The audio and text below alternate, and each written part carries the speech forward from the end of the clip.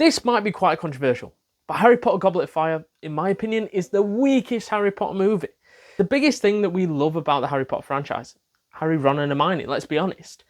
However, when they don't click, like in this film, for one bizarre reason, which is that they're all falling out with each other, which isn't something that we're used to seeing. And I get it, people do fall out all the time. I get that.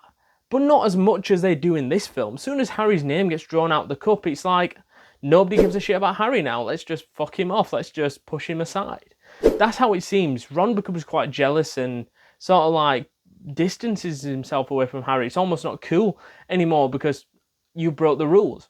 I'm not going to talk to you now.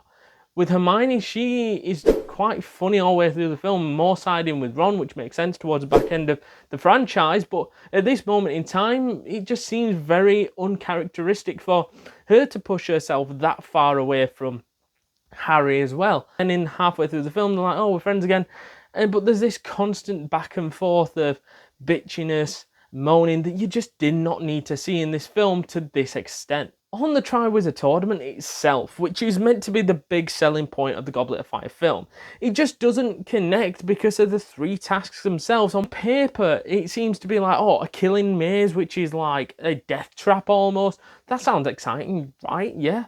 Or what about a dragon pit where you've got to take on a dragon like and get this egg?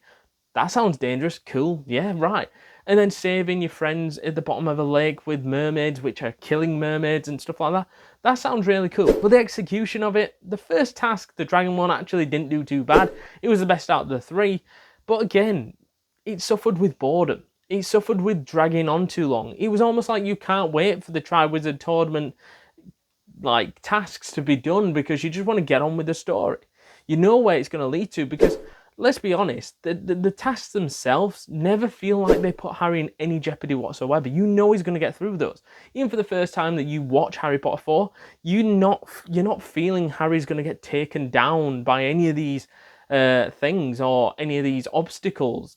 And if you're looking at the lake tasks especially, you're just bored out of your mind watching Harry swim through this lake. And the maze was just underwhelming. You expected it to be bigger considering this was your big finale, but all you saw was 1 or 2 people get ate by a maze. There was nothing creepy or indulgent about it until you get to the portkey right at the end. The portkey sends them to the graveyard, and this is the most important 20 minutes of the entire franchise that you'll ever see, and I'll tell you why.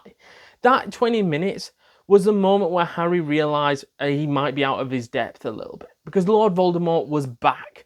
He killed Cedric Diggory, and this was the first time Harry had experienced death as well. Like, this was the moment that changed him for that next film, in Order of Phoenix, where he needed to rise an army when everybody weren't listening to him, that Voldemort was back.